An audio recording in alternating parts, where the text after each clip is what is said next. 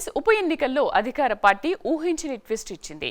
దాదాపు టికెట్ అతనికే ఖరారైందని భావిస్తున్న సమయంలో గవర్నర్ కోట ఎమ్మెల్సీగా అవకాశం ఇచ్చింది. దీంతో జూబ్లీహిల్స్ ఉప ఎన్నికల్లో బరిలో కొత్త మొహాలు తెరపైకొస్తున్నాయి. ఉప ఎన్నికల్లో టికెట్ కోసం పోటీ పెరుగుతోంది. ఇందుకే టికెట్ హస్తం పార్టీ ఇచ్చిన ట్విస్ట్ ఏంటి? ఉప ఎన్నికల బరిలో టికెట్ ఆశిస్తున్నది ఎవరు? పార్టీ ఎవరి వైపు ఇంట్రెస్ట్ గా ఉంది? ఆ వివరాలు ఈ స్టోరీలో చూద్దాం.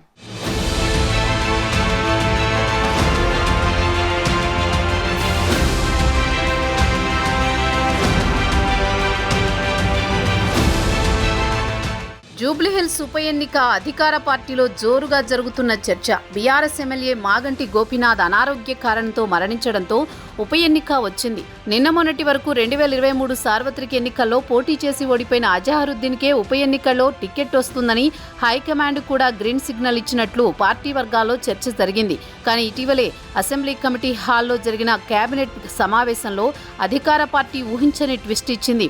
మహమ్మద్ అజహరుద్దీన్కి గవర్నర్ కోటాలో ఎమ్మెల్సీ ఇస్తున్నట్లు తెలిపింది. ఇది ఎవరూ ఎక్స్పెక్ట్ చేయలేదు.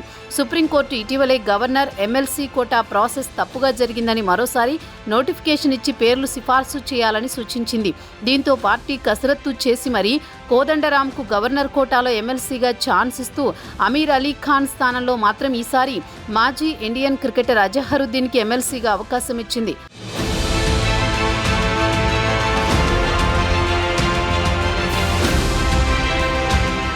ఇది ఎవరూ ఊహించలేదు. అయితే ఇప్పుడు జూబ్లీహిల్స్ ఉప ఎన్నికల బరిలో ఉండేది ఎవరు? టికెట్ ఆశిస్తున్నది ఎవరు?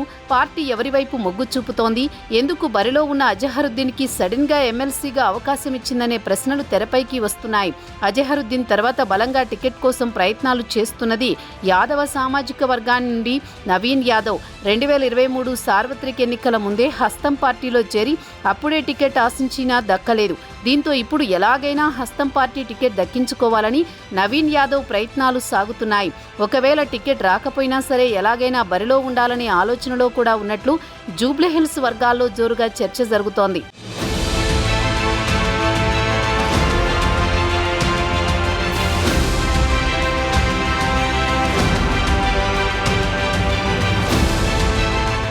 ఇక మరోవైపు యాదవ సామాజిక వర్గం నుండి మాజీ MP working president Anjan Kumar Yadav సైతం తనకు టికెట్ ఇవ్వాలని కోరుతున్నారు. 2023 అసెంబ్లీ ఎన్నికల్లో ముషీరాబాద్ నుండి పోటీ చేసి ఓడిపోయిన అంజన్ కుమారుడు అనిల్ కుమార్ యాదవ్ కి పార్టీ రాజ్యసభ ఇచ్చింది. ఇప్పుడు అంజన్ కుమార్ యాదవ్ మరోసారి జూబ్లీహిల్స్ టికెట్ ఆశిస్తున్నారు.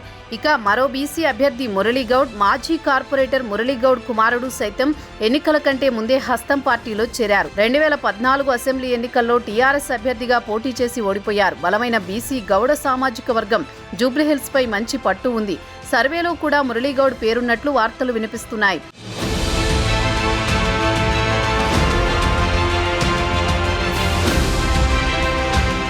ఇక రెడ్డి సామాజిక వర్గం నుండి C N Reddy Rahmat Nagar division corporator. 2020లో కార్పొరేటర్గా పోటీ చేసి 78,000 ఓట్లు ఉన్న రహమత్ నగర్ డివిజన్ నుండి 10,000 ఓట్ల మెజారిటీతో సిఎన్ రెడ్డి కార్పొరేటర్గా గెలిచారు. 2023 సార్వత్రిక ఎన్నికల కంటే ముందే కాంగ్రెస్ పార్టీలో చేరారు. బీఆర్ఎస్ గూటి నుండి హస్తం పార్టీలోకి వచ్చిన మొదటి కార్పొరేటర్ సిఎన్ రెడ్డి. జూబ్లీహిల్స్ నియోజకవర్గంపై అక్కడ ఉన్న లోకల్ కార్పొరేటర్లతో నాయకులతో మంచి సంబంధాలున్నాయి. సిఎన్ రెడ్డితో పాటు ఖైరతాబాద్ డీసీసీ అధ్యక్షుడు రోహిణి రెడ్డి సైతం టికెట్ ఆశిస్తున్నట్లు సమాచారం. ఇక వీరితో పాటు మైనారిటీ కోటాలో ఫహీం ఖురేషీ, ఏఐసీసీ కోఆర్డినేటర్ నుమాన్లు ప్రయత్నం చేస్తున్నట్లు తెలుస్తోంది.